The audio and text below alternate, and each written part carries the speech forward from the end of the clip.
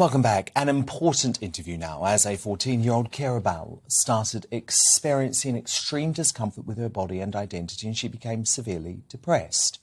After discovering American trans activists on YouTube, Keira decided she needed to medically transition to make her feel better, and she began using male pronouns.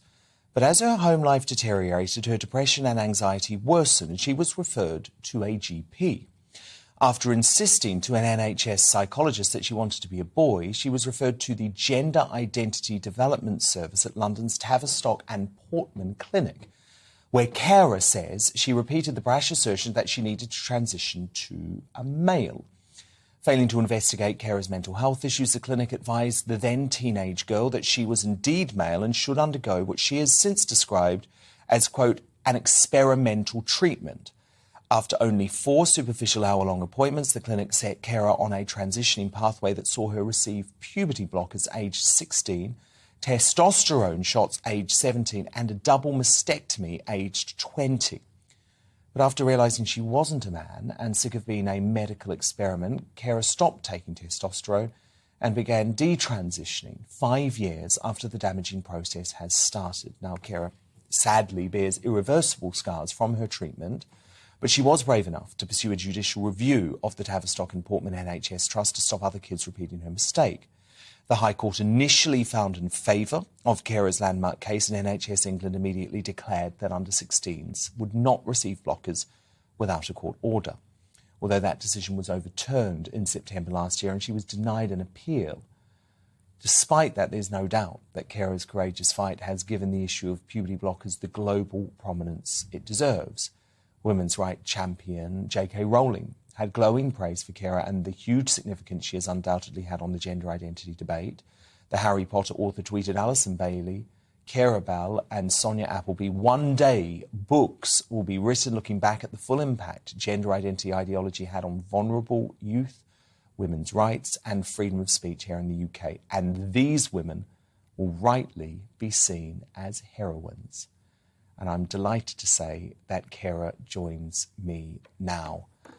So, Keira, you must be heartened by the fact the government now seems to be taking this issue of puberty blockers, which you're so passionate about after what you experienced, seriously. Yeah, absolutely. It's something we've all been kind of hoping for a long time. Yeah, fortunately, there's been enough pushback for all of this that things seem to be finally changing. Yeah.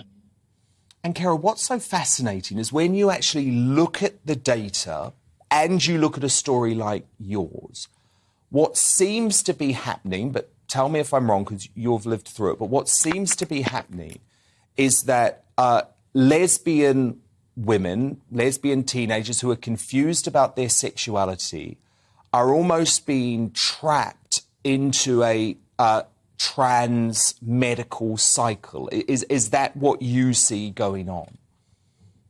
Yeah, for sure. I mean, it's all across the board, though. Lesbian women, bisexual women, even straight women, and the same for men and boys. It's a very complex issue because it's not just about sexuality. It's about not fitting in and not living up to society's expectations. So it's a really complex situation that's going to take a lot of work to tackle at the root. Yeah. Well, that's the thing. I mean, for me personally, as a teenager, hormones all over the place, and actually, you just need to get through that period, I think, to work out where you are. Yeah, 100%. I mean, it should be, that shouldn't even be a thing. Everyone knows that. Everyone knows that's the case. Children being put on this pathway, it's ridiculous. Yeah. And tell me, Keira, how difficult life has been for you as a result of your treatment, because, of course, the puberty blockers and the different hormone and testosterone treatment that you're on has had a massive impact on someone who wants to live life now as what you are, a woman.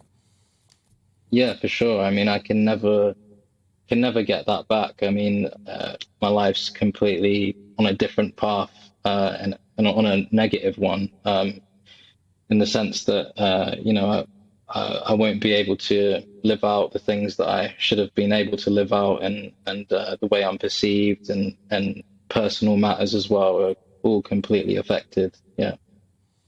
Because, of course, one of the most difficult things about the treatment is that when you were very young, you did consent to the fact that it might take away your ability to have children.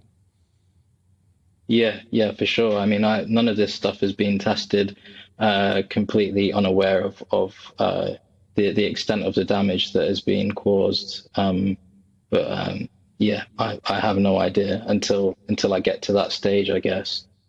Do you still feel angry about it, Keira? Oh, for sure, yeah. I mean, I need to get to a stage where, and I feel like I am getting to that stage where I can kind of put it in a box, and kind of because I have to continue with living my life, and I can't stay on this for, and there's so many different aspects to my life that I'm dealing with. I mean, that's just a very small one that unfortunately was inflated at a bad time. So yeah, I'm just trying to move forward. Yeah. So what's your message to the Health Secretary, Sajid Javid, who does seem to be open to having this discussion? I mean, should anyone under 18, for example, be able to go on puberty blockers and go through these sorts of treatments at all? Or should you have to wait until you're 18? I don't think that's really for me to say, because I can only speak from personal experience, and I know what I was like under 18, and even beyond that. I didn't really. I don't think anyone can see how it's really going to affect you further down the line. So I mean, yeah, it is not really for me to say, but I don't think for most kids it shouldn't be allowed. Yeah. Because from your personal experience, Keira, it sounds like there wasn't enough investigation into what was going on with you psychologically. You know, you had a really difficult family circumstances at the time. You were battling with your sexuality. So presumably you think there should have been much more time spent to actually understand what you were living through and what you were going through, rather than just putting you on this medical path.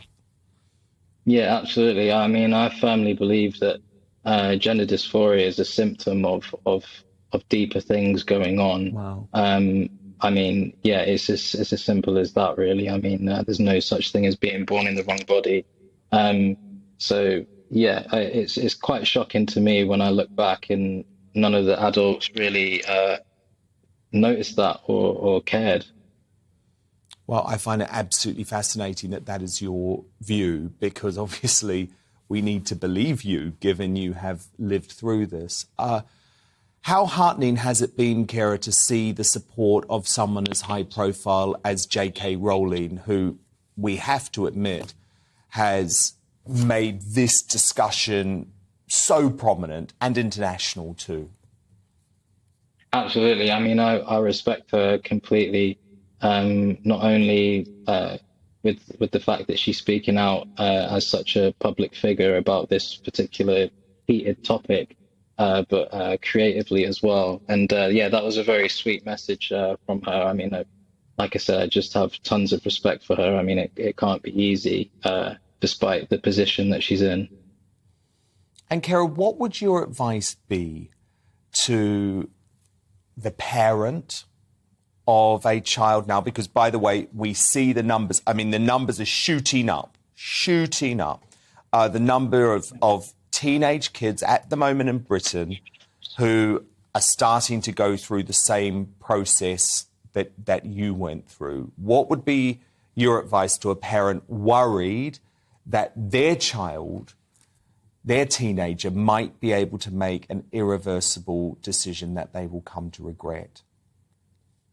I mean, I always struggle with these questions because I'm not a parent, and it was something that my parents went through, and I mean, I haven't even got to the bottom of kind of how they dealt with it really, and that's not really been a big discussion. So, but I mean, I'm on the sidelines just like them, really, just waiting for the bigger changes to happen to the point where kids aren't being harmed anymore.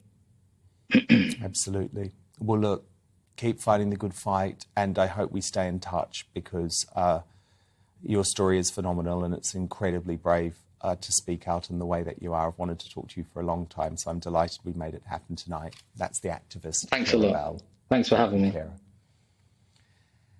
The Tavistock Trust welcomed the decision to deny Keira a Supreme Court appeal on her case.